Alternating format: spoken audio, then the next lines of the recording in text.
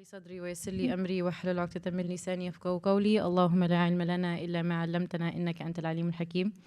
Thank you guys for being here. It's nice to come back. Before I get started, this is going to sound so funny, but I need everybody to do a quick inspection to make sure there's no cicadas on you, because I will cry and run out of here if I see one.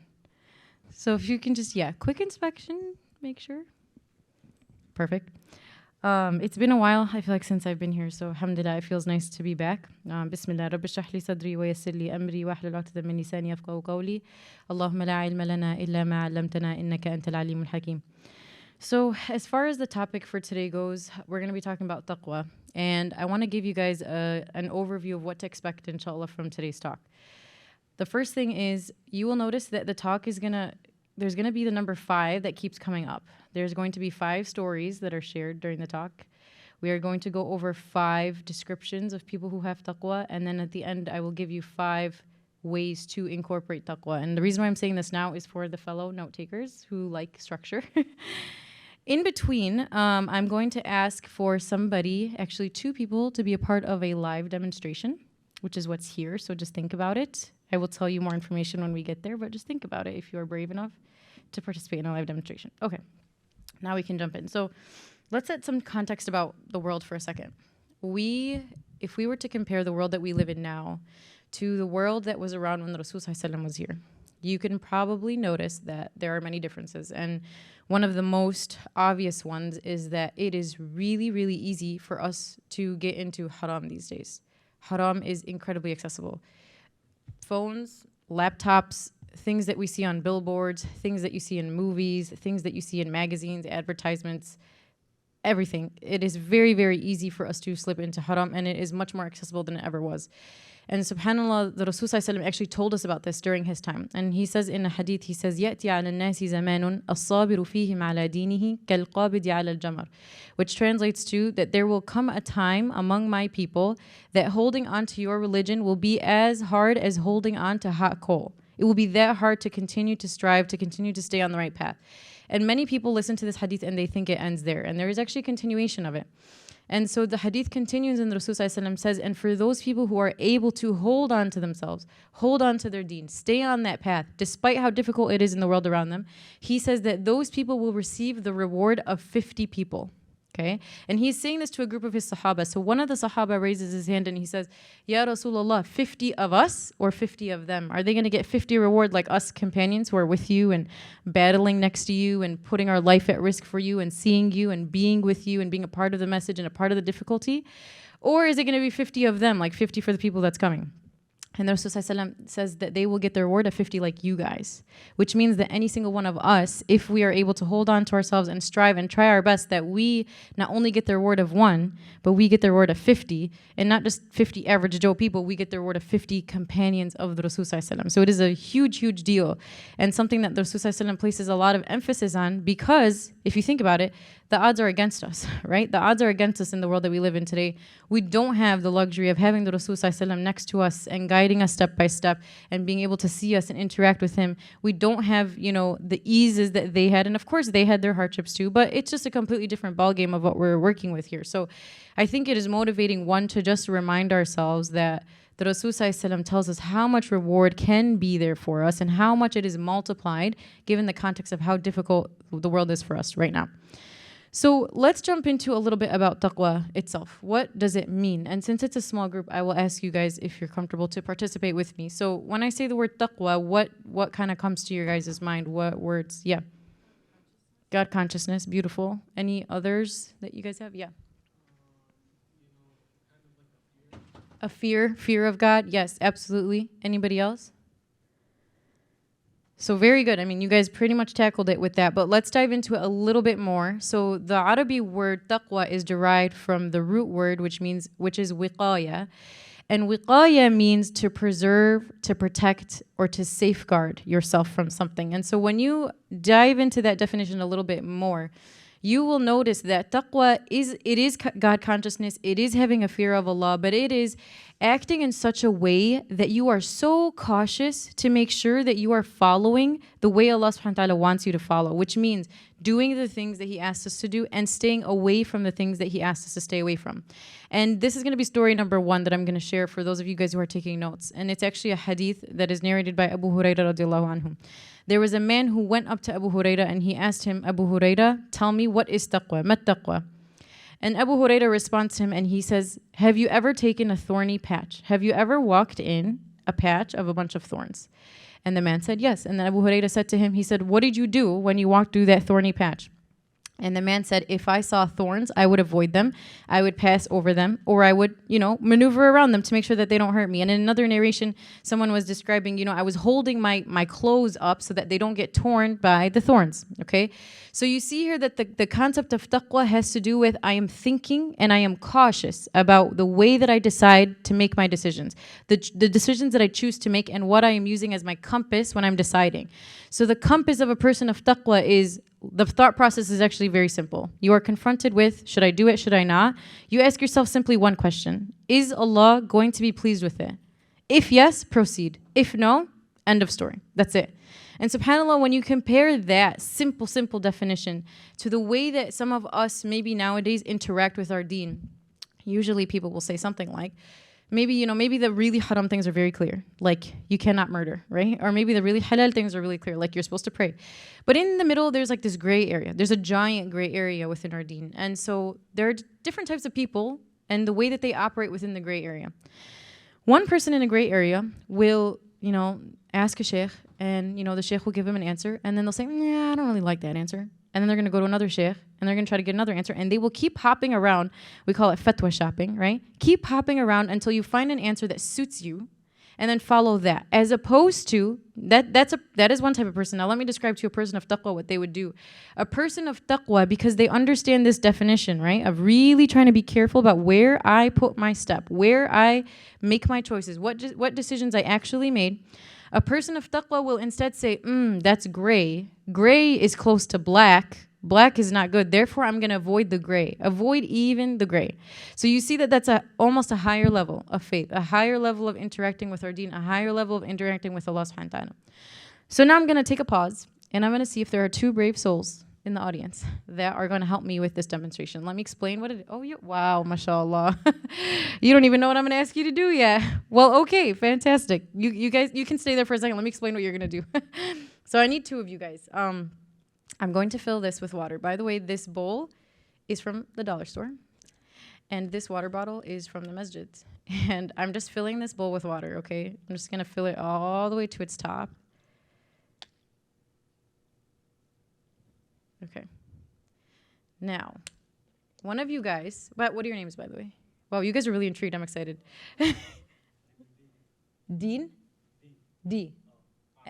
Ammar. Okay, D and Ammar. One of you guys is going to have to take this bowl. I'm going to start you over there at the end of the carpet, and you're going to have to walk this bowl quickly to that side of the carpet, but you are not allowed to spill any water that is within it, okay? That's one task. The other task is going to be for the other person. Your job, whoever chooses to do this one, is to watch him. If he spills even a slip of water, like even a drop of water comes out of this bowl, you're going to call him out and you're going to be like, ha ha, you spilled. Okay? So who wants which job? You're walking with the water and you're okay with the other one? So D, right, when you were walking, did you see that there was a pillar there? Did you see that there's like the masahif there? Did you see the screen next to you? Okay, so you did see some of your surroundings. Okay. Anybody want to take a shot as to what is this madness that I just described? Yeah. Sure, let's give the ladies a chance. Anybody? There was a hand, I think. Yes, no, maybe so. Okay, go ahead. Sorry, I forgot your name. Can you say it one more time? Ammar, go ahead. Very good. So you hit that almost on the money. So this very funny bowl from the dollar store is actually a perfect example of what taqwa actually is. You saw that when D was walking across, he was super careful, right? He had the goal of, I must get this to the other side, and I must not allow any water to spill from it. You can think of this as your book of deeds. When we think about how taqwa works in relation to our book of deeds, we realize that we should be treating our book of deeds with the same care and caution that he was treating this bowl, which means that I am going to be so careful not to allow something bad to enter into this book of deeds, and I'm going to be so careful to preserve the good and increase the good that is in this book of deeds, right? And like as you said, Ahmad, the example of him being watching over him on the shoulder, that is the example of our angels. And subhanAllah, if we were to think about it, if you constantly bring to your mind the remembrance of these two angels that are writing things, you literally have two people that are documenting every single move that you make, every decision that you make, every word that you say, every place that you go with your legs, every place you look at with your eyes, everything you hear with your ears. These are all being documented. And if we remind ourselves that we have these two angels there that are writing, more often than not, that remembrance alone will allow us to make the right choice. More often than not, you're like, oh, wait, someone's documenting this. Someone's watching me, right? More often than not, that will allow you to make a good choice. And so I will bring this this analogy to a story. This actually, I got this idea from a story. So I'll tell you the story now just so that you guys have it in your mind. And by the way, this is going to sound funny too, but for the sake of your remembering, I want you guys to try to remember what you're learning today. So I'm going to help you and give you tools and tricks to remember what I'm about to say. When you think of taqwa, I want you to think of milk. Milk, M-I-L-K, milk. Laban in Egyptian, halib in Palestinian, or other words maybe that you guys use. I'm going to give you two stories about taqwa that are related to milk. And I just say that because I hope, inshallah, that one day in the future, as you're remembering, what was this taqwa thing about? That you remember milk, and maybe that reminds you of these two stories, and maybe that reminds you of the deeper concept of taqwa. So the first story related to milk is there was a young man who was a seeker of knowledge. And he was a person who studied for many years, and he noticed that he had trouble specifically with one sin, and the sin that he had trouble with was lowering his gaze. He was like, I have mastered all the other ones. I'm a student of knowledge. I've been learning, I've been studying, but for some reason, I just can't get myself to lower my gaze. So he travels to a certain city that was away from where he lives because he was told that there was a really good religious mentor there. And he was like, I want to go study with that guy. That guy's going to be my mentor. And inshallah, he's going to help me to combat this issue of lowering my gaze. So he goes to the mentor and he says, I'm a student of knowledge. I've been studying. Here's my trouble. I'm having trouble lowering my gaze. Can you help me? And the teacher says, yes, I can, but under one condition. If you are going to be a student of mine, then you must dedicate yourself to some form of service. So he's like, okay, I'm in. That's normal. Service, I got you. He's like, what do you need me to do? He says, there is a teacher of mine. So this is the teacher's teacher now. He says, a teacher of mine lives on the other side of the city, and every single day I take to him a bowl of milk. And so he says, your job is to take this bowl of milk to the teacher. And the guy's like, oh, easy, I got it. I'll take your bowl of milk to the teacher. And then he's like, wait, don't be hasty. He says, I'm going to send my servant with you. And he says, if you drop any part of the milk, he says, I have commanded my servant to take you to the public in the middle of all the people and to call out your mistake. Basically, to tell everybody about your mistake. And so he's like, oh man, like that sounds scarier. So now he is cautiously, as Dee was doing, cautiously now walking with the bowl of milk to the teacher's house, gave it to him, and came back.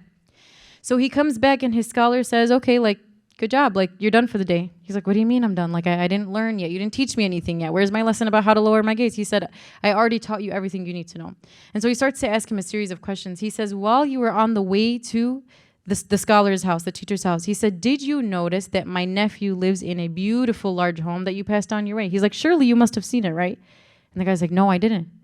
He's like, okay. He was like, well, how about when you passed into the marketplace? There's like this big farmer's market and they got all the good strawberries. He's like, you've seen the farmer's market, right? Like you passed right by it. He's like, no, I didn't see it. And then he says, okay, well, there was a giant garden next to the scholar's house right there. You couldn't have missed it. You saw the garden, right? And the guy says, no. And then the guy's like, man, he's like starting to feel bad now. He's like, man, was this part of the assignment? Like, was I supposed to keep track of all those things? He says, I'm sorry, teacher. He's like, if I didn't have the bowl of milk, I would have been able to pay attention to all these things. But subhanAllah, the analogy there is when you are so cautious about this book of deeds, you start to not see the delusions of the dunya that are around us. You start to not care anymore about what your house looks like. You start to not care about what kind of car you drive. You start to not care about what designer clothes you're wearing, right? The concept of taqwa is that it allows you to focus on the bowl, on the milk, right? On your good deeds, on your heart, on your soul, on what you are doing, and less on all of these distractors that are around us in the dunya. And subhanAllah, though, the way that you know, like if you were all to think to yourself right now, I'm going to give you a question that will help you identify where your heart is in this exact moment, okay? The question that you need to ask yourself and ask your heart is, what is it that you think about most during the day? What is it that you think about most during the day? Most of us, the answer to that question will be, oh, I think about work the most. I think about school the most. I think about my children the most. I think about my family the most. My spouse, my kids, whoever is the case, right? Or I think about, man, when am I going to get married? Or when am I going to graduate? Or when am I going to get my dream job? Or when am I going to get my dream house? Or whatever, right? More often than not, the answer that most of us are not having is, oh, I think about Allah all day. Most of us are not actually consciously, I am thinking about how do I please Allah all day. Hopefully, there's someone among us like that. May Allah allow us all to be that. But in reality, that question, and I want you to identify what is that answer that you had, and for everybody it's going to be something different. But the answer to that question gives you insight as to what is it that you truly worship in this world. What is it that you truly worship in this world? Because the thing that you truly worship, the thing that is at the core of your heart, at the center of your heart, that is going to be the thing that you think about day in and day out. That is going to be the thing that you strive for. That is going to be the thing that you cry over. That is going to be the thing that you work hard for. And subhanAllah, it is scary for us to think that for many of us, that answer is not Allah. And for many of us, that answer is something of the dunya. And to that I say, let us remind ourselves, and this is the scene that Allah subhanahu wa ta'ala describes to us, and I try to remember it often. And it is a scene on the Day of Judgment when Allah subhanahu wa ta'ala literally will take this earth and He will put it in the palm of His hand. And obviously not hand like hand, but Allah's version of that. Allah subhanahu wa ta'ala will take this earth, this world, this thing that contains all of the things that you and I are currently worrying about. Your job, your spouse, your children, your family, your wealth, your health, your time. And Allah literally crumbles it within His hands. The thing that we are spending day in and day out striving for, running after, Allah literally crumbles it. And Allah subhanahu wa ta'ala describes to us in the Quran that on that day, the only thing that will continue to exist is Him. And everything else aside from Him will perish. But the sad reality is that we continue to put our efforts towards the things that are going to perish, right? And so reminding ourselves of that and reminding ourselves of our purpose here and reminding ourselves of what we are here to be doing and why this concept of taqwa is so essential. Because I'll share with you two ayahs from the Quran that I love. By the way, the word taqwa and the concept of taqwa is mentioned in the Quran over 200 times. The word taqwa and its derivatives. So it's all over the Quran. And we're going to mention some ayahs, but there are two that I specifically want to hone in on in this moment. The first one, Allah subhanahu wa ta'ala says, Bismillah ar-Rahman ar-Rahim, Ya ayyuha alladhina amanu, ittaqullaha haqqa tuqatih wa la tamutunna illa wa antum muslimun. Which translates to, O you who believe, be mindful of Allah, have taqwa of Allah in the way that He truly deserves. And do not die except in a state of complete submission to Him. Okay, let's break that down for a second. Allah in this ayah is commanding us. It is required upon us that we have taqwa, again, God consciousness, mix of fear and love, mix of trying to protect ourselves by staying on the thing that He wants us to do and staying away from the thing He doesn't want us to do. All of that is taqwa, right? Allah is commanding us. We have to have taqwa. Not only does He say just have taqwa, He says have taqwa in the way that Allah is saying, that I deserve. Imagine how hard it is for us to have taqwa of Allah in the way that He deserves. Imagine how impossible it is for us to worship Allah in a way that He deserves. And the reality of our situation is that we will never be able to. The reality of our situation as a human is that we will never be able to give Allah His due rights, His due justice in terms of worship. Because we could spend day in and day out our entire life and every breath that we take worshiping Allah, and it will still not be enough compared to all of the ni'am, all of the blessings that He gave us, right? So we're in this constant strive to try our absolute best, with knowing though that we aren't going to make it, we're going to be deficient, and we ask Allah subhanahu wa ta'ala to help us to fill up whatever deficiency we have. And we'll talk about that in a little bit too. But if you stop at this ayah, it will actually cause you to be kind of scared. Because it's like, oh my God, it's a commandment by God that I'm supposed to worship Him the way that He deserves. And then you think to yourself and you're like, but wait, that's impossible. So subhanAllah, there's another ayah in the Quran. And by the way, I'm not sure if you guys are familiar, but there's a concept in the Quran which is basically called nasikh, which means that sometimes there are certain ayahs that were revealed and then an ayah came after them that adjusts it a little bit. And I'll give you an example. Way back at the time of the Rasul, we know that people used to drink alcohol. That was normal. So there was an ayah first that came down that said, you cannot, وَلَا تَقْرَبُوا الصَّلَاةَ وَأَنْتُمْ سُكَارَى, which translates to, you cannot enter into your prayer while you're drunk. That's the word. While you're drunk, right? But then later on, we know that alcohol completely was abandoned, right? It was upstate. What's the word? I'm losing my word. Prohibited. Thank you. Is that what you said? Prohibited, yes. So we see that there's one ayah that says another something, and then another ayah came later that kind of adds to it or completes it, okay? This ayah is actually an example of those. And subhanAllah, there is another ayah in the Quran that addresses this concept of like, but wait, I actually don't have the ability to worship Allah or to have taqwa of Allah in the way that He truly deserves. So the other ayah that came after it is, the part of it is, فَاتَّقُوا اللَّهَ مَا اسْتَطَعْتُمْ, which translates to, and be mindful of Allah and have taqwa of Allah to your best ability. To your best ability. So Allah made it attainable now for us. It is no longer this thing that I cannot achieve. It is now something that I can achieve, which is I have to try my best to attain this taqwa of Allah. I have to get as close to this taqwa of Allah that I can possibly reach. And so let's see. Let's go into, inshallah, another story. So far, are you guys still with me? Okay. How many stories did I mention so far? I actually mentioned 2. So the reason why the other one may not have gotten written down is the story of Abu Huraira with the thorny patch. I counted that as number 1. And then number 2 was the bowl of milk. All right? So while we're on the topic of milk, let's talk about another story related to milk. Because I said, when you think about taqwa, what I want you to bring to your mind? Milk. Okay. The other story is at the time of the Khalifa of Umar ibn al-Khattab, there was a bunch of people that were poor, obviously, during his time. And he noticed that many people started to become, dishonest with the way that they were selling their products.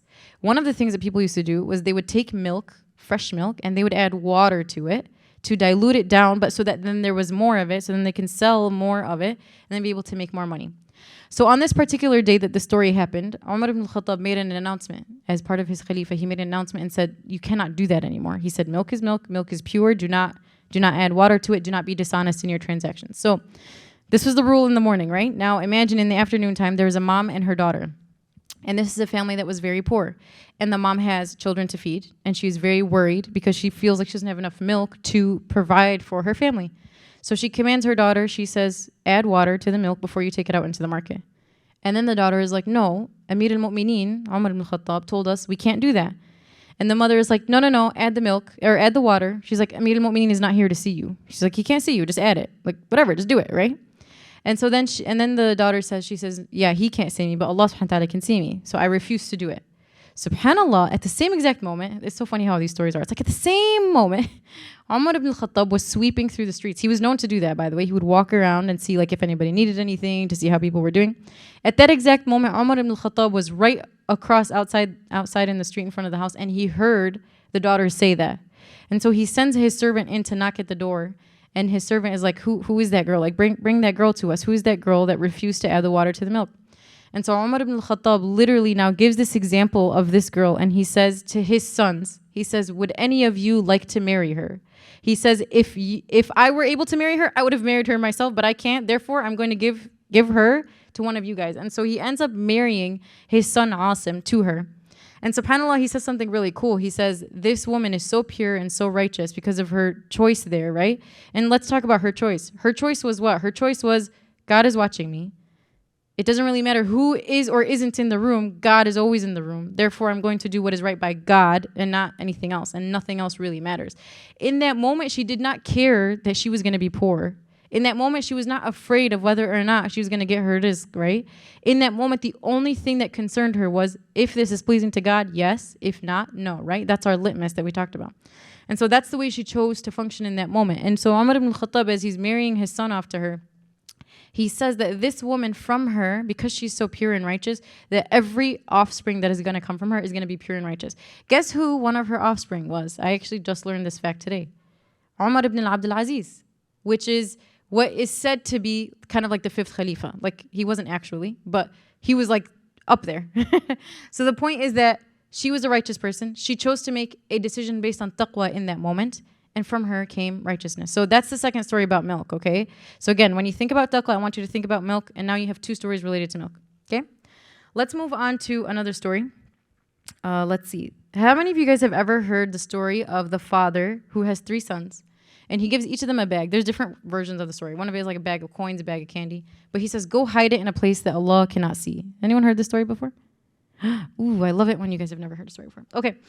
So he tells his sons, he says, here's these 3 bags. For the sake of this talk, we'll say it was a bag of chocolate. Okay? He says, go eat this bag of chocolate in a place where Allah cannot see you. And he has 3 sons. So the first son, he goes to his room and he hides under his bed and he eats his chocolate. And the second son goes to, they have like a tree house, like outside. He climbs up a tree, he hides in the tree house, and he eats his chocolate. And the third one is sitting there, and he is looking all around the house and all around outside, and he cannot find anywhere to go. And so the father says, once you guys are done, come back to me and show me what you did. So brother number 1, he's like, see, I finished my candy, it's gone. Brother number 2 is like, see, I finished my candy, it's gone. Brother number 3 is like, I still have my full bag of candy. He's like, why didn't you, the father is now saying, why didn't you eat your candy? And the son is saying, I looked everywhere and I could not find a place where Allah cannot see me. And subhanAllah, you think of that example and it is like, duh, right? It's like, duh, there's no place where Allah can't see you. But if you bring it down to the day-to-day of your life and you think about the way that you act and the decisions that you choose to make for yourself, I guarantee that one or more or all of us in this room have at one point made a decision to say something that sounds like, well, I'm going to do this here because no one will see me here. I'm going to do this thing on my phone in my room at night when no one is watching because no one will see me here. Or I'm going to do that thing on my laptop in my room at night because no one will see me here. Or I'm going to, fake that number at work. Well, no one's looking. My boss isn't here. Or I'm going to write my time card wrong because my boss wasn't here to verify if I was at work or not. Or I'm going to sign off on something. You see my train of thought here. So although the story is about candy and chocolate and all of us are like, yeah, that's dumb, but think about it in your day-to-day life and think about how many times you chose to do something because you thought, quote, nobody was watching. And did you remember in that moment that Allah subhanahu wa ta'ala was the one truly watching and that Allah subhanahu wa ta'ala is always watching? So these are things to remember. Now let's go through, what time is it? Just so I'm on track here. Okay. Let's go through, this is the next list of 5s for people who are taking notes. And this is actually going to be 1, 2, 3, 4, 5. So it'll be very easy, inshallah. I want to go through what are some signs of people who have taqwa. And I'm hoping that as we go through each of these things, that each of us is taking number 1 and comparing my heart to number 1. Where am I?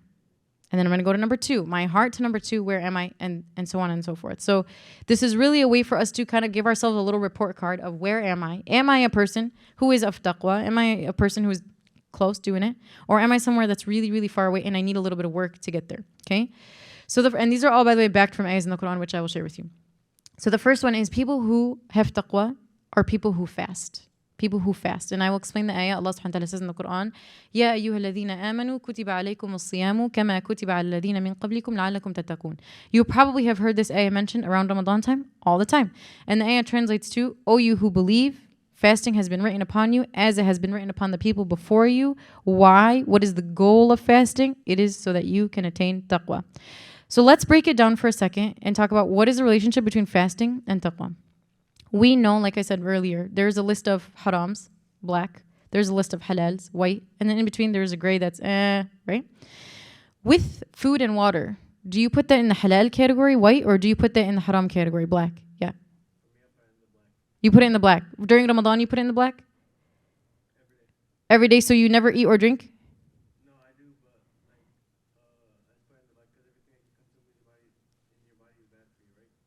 Okay, that's an interesting line of thought. I like that. Interesting. We'll go with it. Anybody else have other idea? White or black food? Like y'all are about to eat donuts right now. Is that halal, haram? Is it okay for us to eat donuts? White. Thank you. It's in the white. So let me explain why. Because it is not haram for me to pick up a donut and eat it. If that was bacon, then that would go black, right? Clearly wrong. Cannot do it. If that was wine, it would go black. Clearly wrong. A donut, however, is clearly white. We can eat that. So why is it then that this concept of fasting relates to taqwa? Because while we are fasting, not only are we saying to our nafs, so I want you to think of your nafs as a person, right? Your nafs, your soul, this part of you that sometimes pushes you to do good, sometimes pushes you to do bad. I want you to think of your nafs as a person that is in front of you that you are talking to, okay? Now, during Ramadan, these things that are usually in the white category, these things that are usually halal, usually 100% okay, we are saying to my nafs, to our nafs, we're saying even those things that are okay for you, in this moment, they are haram for you. From sunrise to sunset, even the halal is haram. What's the wisdom behind that? The wisdom behind that is you are training your nafs that you're the one in control, not it. So you are refraining from it, even things that are halal, for that temporary period of time, so that you can train it. And again, we always talk about, when we think about Ramadan, we always talk about how it's a training period that's supposed to help you get through the rest of the months of the year until you get to the next Ramadan, you can train again, right? So it's really as if you, remember how we said this nafs is like a person in front of you? Think of it, it's like a dog on a leash. You are supposed to be the one in control of which way does this go. And subhanAllah, how many of you guys listen to Dr. Haifa Yunus? Anybody? Okay. I went to a lecture for her recently, and she talked about this concept that honestly blew my mind. She talked about coffee. How many of us, like when we wake up in the morning, we're like, I want coffee. And then you drive to Dunkin', you used to drive to Starbucks, maybe go to Huda's, somewhere else, maybe make it at home.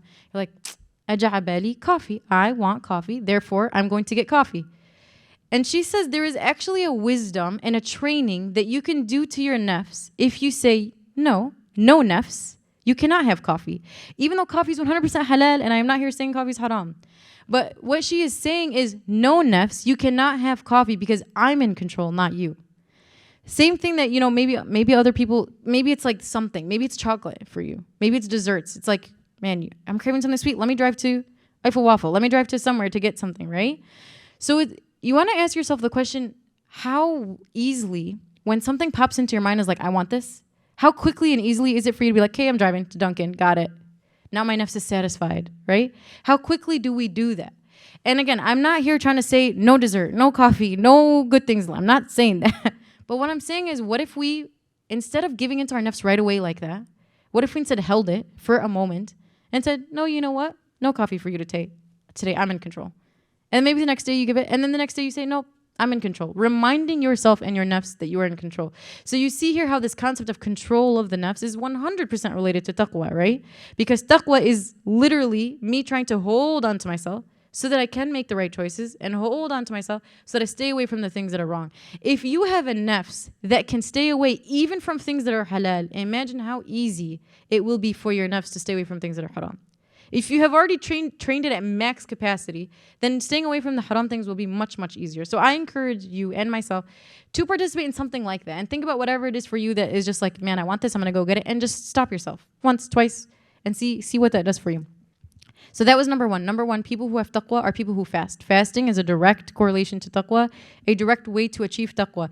This ayah came down, by the way, in reference to Ramadan, but fasting any time in the year, hint, hint, tomorrow is one of the best days to fast in the year, Arafah. Fasting any time in the year is also going to help you achieve that taqwa. So trying to increase that wherever possible, especially tomorrow.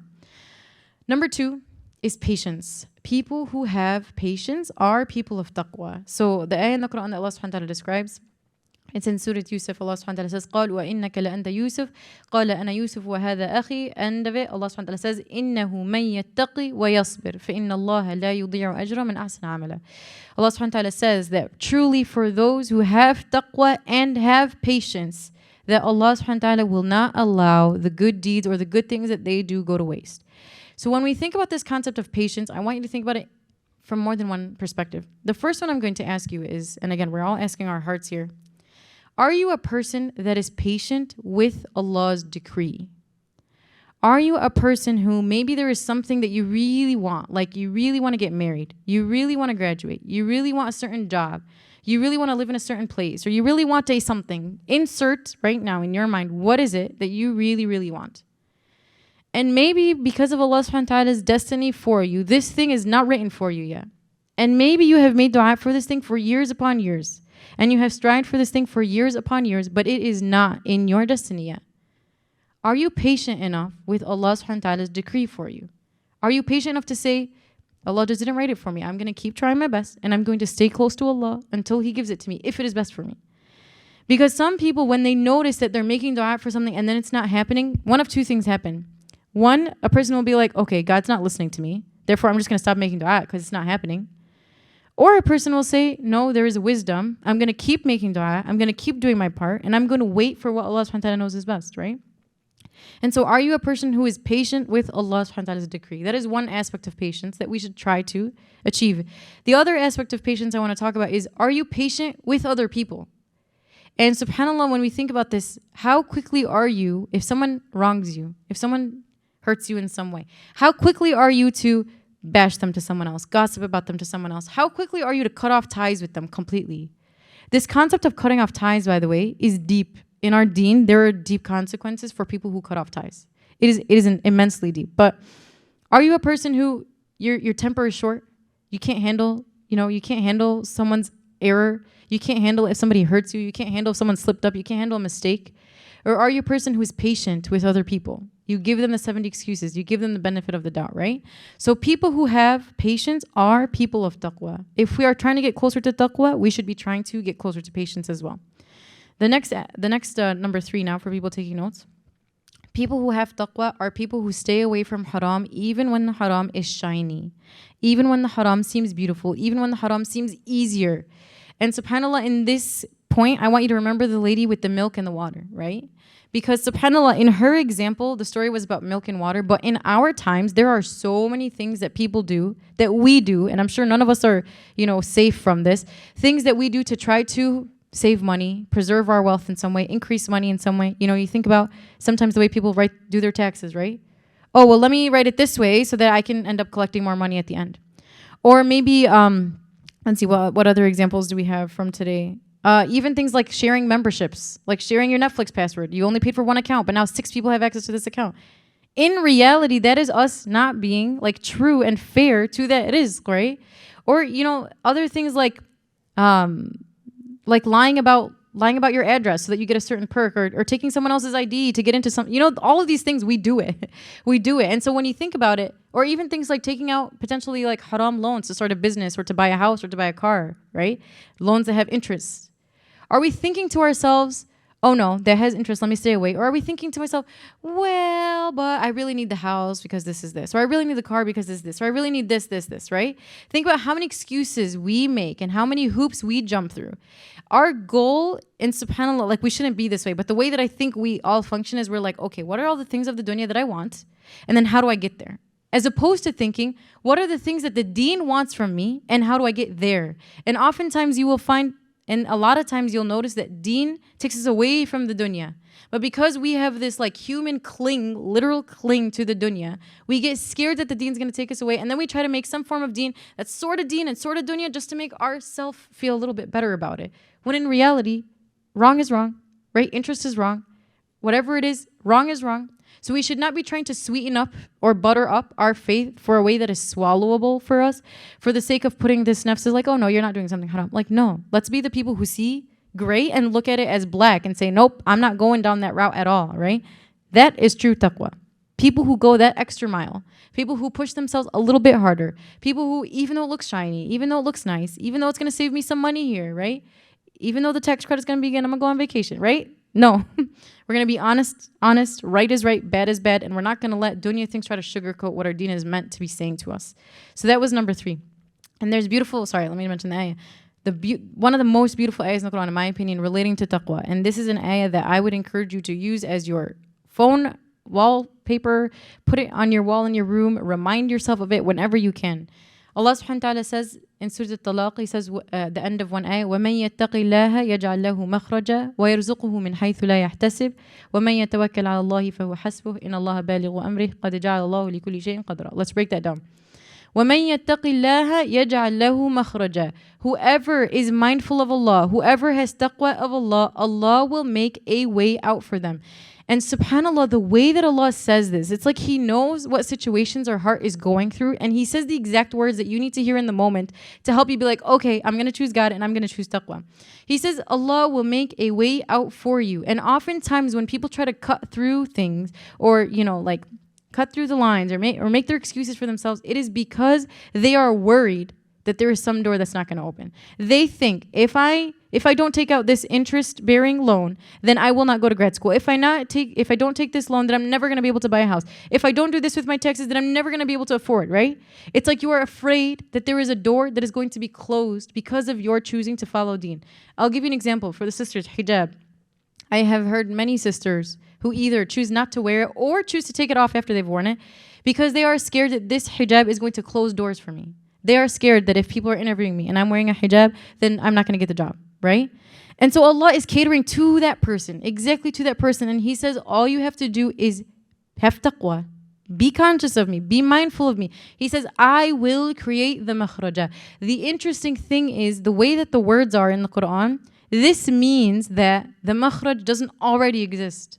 That means that there is actually no door. There is no way. There is no way to get through it. Allah subhanahu wa ta'ala is saying when you're in situations in your life when you feel like there is no way and there physically is no way, the only way to open a way is to have taqwa, because He says, I will create that door even from where it doesn't exist. You see?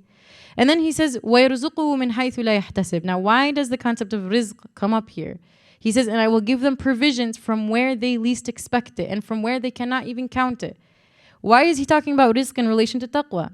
Because a lot of people will sacrifice on taqwa for the sake of having more rizq. Like the examples we gave, right? Taking out a haram loan or filing your taxes wrong or whatever is the case, because we are worried about money. Same thing that mom was, right, with the milk. She was worried about money. She was worried about being able to provide for her family. So Allah is catering exactly to that person too. And He says, I will give you from where you least expect it. Your job is to have the taqwa. Your job is to remember me. Your job is to be mindful about me. When you do your part, I will then give you the rizq. I will then open the doors. I will then make it all easy for you. And then Allah subhanahu wa ta'ala says, وَمَن يَتَوَكَّلْ عَلَى اللَّهِ فَهُوَ حَسْبُهُ. And whoever puts his trust in Allah, then Allah will be sufficient for them. And subhanAllah, how little we abide by that ayah. But literally that ayah could be enough to guide your entire life. And whoever puts their tawakkul on Allah, whoever has trust in Allah, Allah is enough for them. Which means you don't have to worry about when your next paycheck is coming. You don't have to worry about how hard you have to work for your job. You don't have to worry about cutting corners. You don't have to worry about taking the bad loan, right? All you have to worry about is your relationship with Allah. And then when you worry about that, then Allah takes care of all the other things for you. And then Allah subhanahu wa ta'ala ends it by saying, إِنَّ اللَّهَ بَالِغُ أَمْرِهِ, that Allah subhanahu wa ta'ala is responsible for all of your affairs. Allah is responsible for all of your affairs. Your affairs are in the hands of Allah. There is nothing that you want that you are going to get unless Allah also wants it for you. And there is nothing that you don't want to happen that is not going to happen unless Allah also doesn't want it to happen to you. Basically, what is meant for you is going to hit you, and what is not meant for you will never hit you, despite what you want. And so learning how to surrender that control, surrender that chase that we have over all these things that we want, these things that we're trying to control in your life. If you're able to surrender that to the hands of Allah, number one, you will feel relieved. Because we don't have the physical human capacity to carry the load that this world requires us to carry. We just don't have it. And that's why people who don't have faith end up committing suicide. Because there is no way to navigate this world without God in it, period. Right? So if we learned how to, instead of trying to navigate it on our own, instead of trying to figure it all out on our own, instead of trying to have all the answers and have all the solutions, just worry about your relationship with Allah and then let Him do the rest for you. You will feel relieved and the outcomes will end up in your favor, because Allah tells us that everything that happens to a mu'min is khayr. Everything that happens to a believer is good. There is no bad thing that could ever happen to you. Whether it is something good for you and then you thank Him and that increases your relationship with Him, or it is something that was hard for you and you are patient through it and so that increases your relationship with Him. But there is no such thing as a bad outcome when you are a mu'min. Bad to the outside, maybe. Maybe it looks like it's bad. Like you wonder, why do people get sick? That on the outside, that looks bad. But Allah subhanahu wa ta'ala has a khair in that for someone, for some reason, for some wisdom, right? So being able to submit to Him and release that amount of control to Him. I'm on number 4 now, for those of you taking notes. Number 4 is people who have taqwa are people who return to Allah immediately after sinning. And the ayah in the Quran that Allah subhanahu wa ta'ala describes, ذَلِكَ أَمْرُ اللَّهِ أَنزَلَهُ إِلَيْكُمْ وَمَنْ يَتَّقِ اللَّهَ يُكَفِّرْ عَنْهُ سَيِّئَاتِهِ وَيُعْظِمْ لَهُ أَجْرًا. And whoever has consciousness of Allah, Allah subhanahu wa ta'ala will remove his sins and will make great his reward, will extra his reward, will give him double in his reward. And so the relationship there is us really realizing that the best way for us to avoid sins is to have taqwa in Allah. But let's say we did make the mistake, we did make the sin, but we still are people of taqwa and we're still striving, then Allah subhanahu wa ta'ala says, well, because you're trying, I'm still going to forgive you. I'm still going to remove that and I will multiply your reward, give you extra of the reward. So that was number 4. And then number 5, people who have taqwa are people who have knowledge, people who have Islamic knowledge. And the ayah in the Quran ends in إِنَّمَا يَخْشَى اللَّهَ مِنْ عِبَادِهِ الْعُلَمَاءِ إِنَّ اللَّهَ عَزِيزٌ غَفُورٌ. That the servants who have knowledge are the ones who have true taqwa of Allah, are the ones who have true awe of Allah. Because there is something magical that happens. When you get to know Allah, automatically, you are just in complete awe of who He is. It is automatic. The more you learn about him, the more you're just like, oh my God. Like there's just so much about him that makes you just want to drop in submission and makes you just in awe, right? And so it's automatic that happens. When you learn about Allah subhanahu wa ta'ala, you start to be in complete awe of him. When you learn about Allah subhanahu wa ta'ala, you automatically start to love who he is. And I want you to think about all of the things that you would do for someone that you love. What are all the things that you would do for someone that you love? And what are all the things that you would sacrifice for someone that you love, right? And when Allah subhanahu wa ta'ala becomes that person that you really love, then all of a sudden, fulfilling his commandments become really easy, because this is no longer an arbitrary God that is telling me to do things that don't make sense. This is now a lover of mine. This is now somebody who loves me, whom I love, who is asking me to do things, right? Imagine how quickly we would jump at our significant other. They want, especially in the engagement days, early on, right? All the hormones, all the firefly, all the butterflies. You want something? Psh, I'm going to go do that right now, right? With Allah subhanahu wa ta'ala, the more you know him, the more you have that type of relationship. So doing the things that he asks become very easy, and staying away from the things that he doesn't want us to do also becomes very easy. So you end up having an actual relationship with Allah as opposed to a transaction with Allah. And you know, we think about it, a lot of us deal with our deen transactionally, which means I have a checklist of things to do. I have do's and don'ts. I'm just going to do that. And sure, that is a way. But a better way is to really dive deep into this deen, dive deep into who Allah subhanahu wa ta'ala is, have a deep understanding and a love for him, have a deep understanding for his teachings, for his rulings, right? And that's not to say that we're going to understand everything, but the more we know about Allah, the more we're like, well, it doesn't really even matter if I understand the why or not. All that matters is that it's coming from him, done. I don't need to know anymore. I don't need an explanation. SubhanAllah, you think about sometimes people will go to a sheikh, or you know, maybe the sheikh is teaching about some lecture, and a person will raise their hand and be like, well, why? Why is that? And there's no problem in asking why. We should understand our deen. But there are other people who don't need the why to follow it. There are other people who all it is God said it, boom, done. I will do it. It's that easy for them. Okay? So that was number 5. Let me pause for a second and see if anyone has questions. Let's review them really quick. The 5 things, signs of people who have taqwa. What was number 1? Anybody remember? You can shout them out. People who fast, very good. Number 2? People who have patience, very good. Number 3? Perfect. Number 4? People who stay away from haram. Number 4? Very good. Number 5? Very good. Good note takers. All right. Now, while we are on the concept of God, I'm going to teach you a few names of God, because it is my favorite topic and I have to insert it into every halaqah that I give.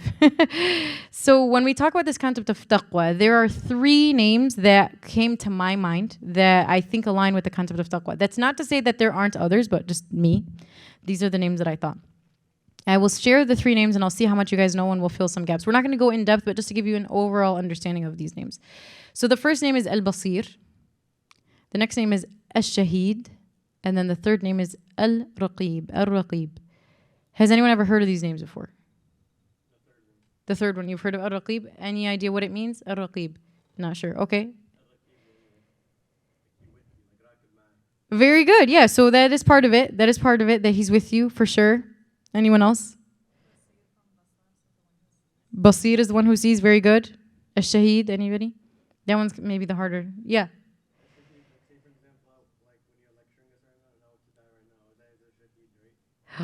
I actually don't know the answer, but inshallah we all die as shuhada. I'm not sure about the exact answer, but yeah, you're kind of on the right track with that. Okay, so the reason why I mentioned 3 names and not just 1 name is because you guys will, inshallah, as you dive deeper into the knowledge of Allah subhanahu wa ta'ala, and I hope that by the end of this you're inspired to go learn more, you will notice that many of Allah subhanahu wa ta'ala's names are very similar with subtle differences. And so these 3 names have similarities and subtle differences that we'll talk about.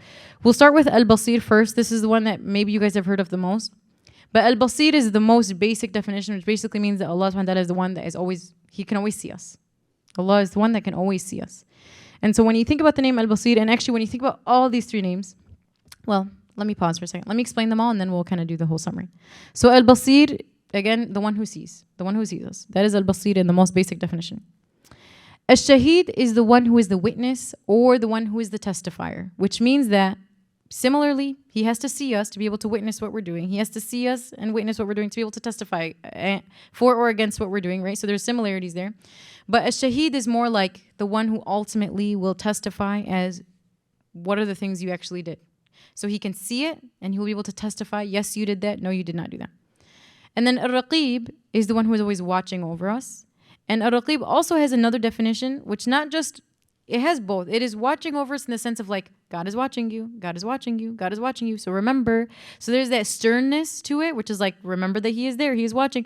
But also there is a softness to that name, which is he is taking care of you. He is watching over you in a sense of like protecting you and caretaking over you. Okay. So all of these names combined, when you think about them at a high level, just the concept that Allah is watching, Allah is witnessing, right? Allah is caretaking, Allah is watching. All of these things help you attain taqwa because they remind you that God is there. They remind you that God is watching. Imagine if you were to take me with you everywhere that you went and I was just a record player that kept saying, Allah is watching, Allah is watching, Allah is watching, Allah is watching. You would never sin. I guarantee you, every single one of you, if you had me with you all the time and I kept saying, Allah is watching, you would never sin. Because the reason why we sin is because we forgot in one moment of time that Allah was watching. The people who know that God is watching and still choose to sin, that is like disbelief. That is like, I don't care that you're watching, right? But for people who are here who care that God is watching us, for the most part, when we are reminded that he is watching us, we will avoid sin. And so that's why these three names, if you can try to get yourself to remember them, and you keep these names in your mind every time you decide anything, am I going to watch this? Am I not? Am I going to go to that place? Am I not? Am I going to pick up that call? Am I not? Am I going to respond to that text? Am I not? I want you to remember, Ar-Raqib, he's watching over you. Al-Basir, he can see what you're doing. Ash-Shahid, he's going to testify for what you are doing. You see? So these names can help remind you of Allah subhanahu wa ta'ala, remind you of that concept that he's watching, and hopefully allow you to make better choices. Any questions about those names? That was very high level, but inshallah one day we can learn them in deeper detail.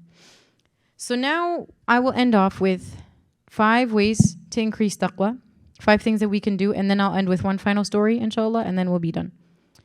As far as 5 ways to increase taqwa, for my note takers, number 1, I've already mentioned it, but I'm going to repeat it for the sake of having a nice summary. Getting to know Allah and his 99 names. That is the best way, in my opinion, to gain taqwa. For the reasons that I've already mentioned, I promise, if you get to know Allah subhanahu wa ta'ala, you will automatically love him. If you love him, your worships will become easier. Your life will become easier. Haram will be easier to avoid. Halal will be easier to do. Done deal. That's pretty easy. That is pretty true. And I promise you that your life is going to get better if you get to know Allah subhanahu wa ta'ala deeply. For those of you guys who don't know me, I have given lectures for like the past 10 years. When I did the 99 name series, I stopped because I couldn't talk about anything else that was more moving to me than Allah's 99 names. I couldn't talk about anything else that was more life-changing for me than Allah's 99 names, which is why I mention it every talk, because it's my favorite thing. So first thing, get to know Allah subhanahu wa ta'ala and his 99 names. There are many, by the way, YouTube series on this. Sheikh Yasir Qadi has one. Sheikh Muhammad Abu Talib has one. Sheikh Ammar al-Shukri has one.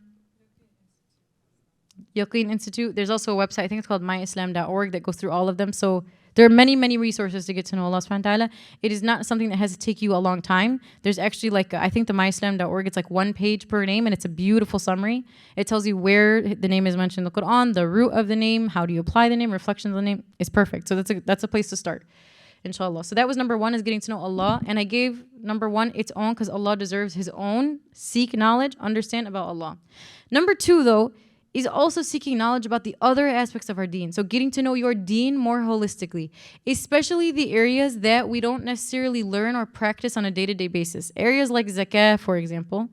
Maybe we don't like learn about that or hear about that every day. Like we all know about salah, but maybe we don't know as much about zakah. So that's an area that we should learn about because there are things within that we are required to do. If we don't know them, then we can't do them, right?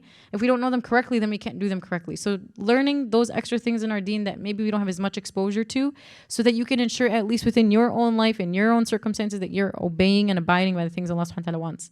So that was number 2, is getting to know our deen in general more holistically. Number 3 is creating ways to remind yourself about Allah throughout the day. Remember my example. If I was with you all day, you would not sin. If I kept reminding you, you would not sin. So if you can stimulate some type of a reminder like that for yourself to help you, to encourage you to stay away from bad things, to stay away from the sin, then that will help you increase your taqwa. Some examples of things that you could do would be, like, for example, attending a scheduled halaqah at the masjid. Let's say there's a halaqah every week, coming to that, right? That reminder on that Saturday or that Sunday or that Friday will help you in that moment. But it's continuing to do things even throughout the day. So other examples could be like having a daily wird of Quran that you read. So even if that's just one ayah, every day you pull up your phone, go to a random ayah, Just read that one ayah and reflect on it. Done. Right? Or it could be, choosing wisely the people that you surround yourself with. So when you go for hangouts, when you hang out with your friends, are the people that are in those circles going to remind you about Allah or not? Right? Are they going to encourage you? Are they going to be that constant reminder Allah is watching? Or are they going to be the people, because there's two types of people. There's people that are like, Allah is watching, don't do it. And then there's people like, oh, Allah is Ghafur Rahim, like do whatever you want, right? Allah is Ghafur Rahim, but not like that, right? So being mindful about the people that we surround ourselves with, the spaces that we choose to go to. Are we choosing spaces and people that are going to remind us of Allah? So that was number 3. Number 4 is this concept of conditioning the nafs that I talked about earlier, right? So trying to strengthen your control over your nafs by saying to your nafs, oh nafs, you cannot have that. You cannot have the cup of coffee today. You cannot have the donut today. You cannot have the chocolate today. You cannot have that thing that you want. Not because it's haram, but because I need to teach you that I am in control, right? So conditioning your nafs and yourself to remind yourself that you are the one in control and your nafs is not the one in control. Okay. Number 5 is a dua. This is a dua that specifically asks us to increase in taqwa. So I will say the dua in Arabic. It is Allahumma ati nafsi taqwaha wa zakkiha anta khayru man zakkaha anta waliyuha wa mawlaha. The translation is, oh Allah, give my nafs, give my soul, God consciousness, taqwa, and purify it. For you are the best one to purify it. You are its protector and you are its guardian. And the reason why that is number 5 and the last one is because, this concept that we're never going to be able to worship Allah subhanahu wa ta'ala the way that He deserves. We are never going to be able to attain taqwa in its most perfect way. And so the remainder has to come from us asking for Allah, making dua to Allah to help us fill in any gaps. So that dua is, oh Allah, give my nafs the taqwa that I'm not able to give it. Purify it in ways that I am not able to purify it. And then recognizing and reminding ourselves that, oh Allah, you're the one that is protecting. You are the one that is guarding. You are the one that's ultimately going to help me to achieve that taqwa and to get closer. So I'll say the dua one more time for anybody who is writing it. It is Allahumma ati nafsi taqwaha wa zakkiha anta khayru man zakkaha anta waliyuha wa mawlaha. Do I need to say it one more time? Anybody writing? Well, I'll say it one more time. Third is sunnah. Why not? Allahumma ati nafsi taqwaha wa zakkiha anta khayru man zakkaha anta waliyuha wa mawlaha. All right. Now, for those of you guys who are taking notes, you will notice that I mentioned 4 stories and I said I was going to mention 5 stories. So I have one more story to share with you guys. This is a story that came later. This was not during the time of the Rasul. But this came later, and a man basically went to a scholar and he said, dear scholar, I don't know how to stop sinning.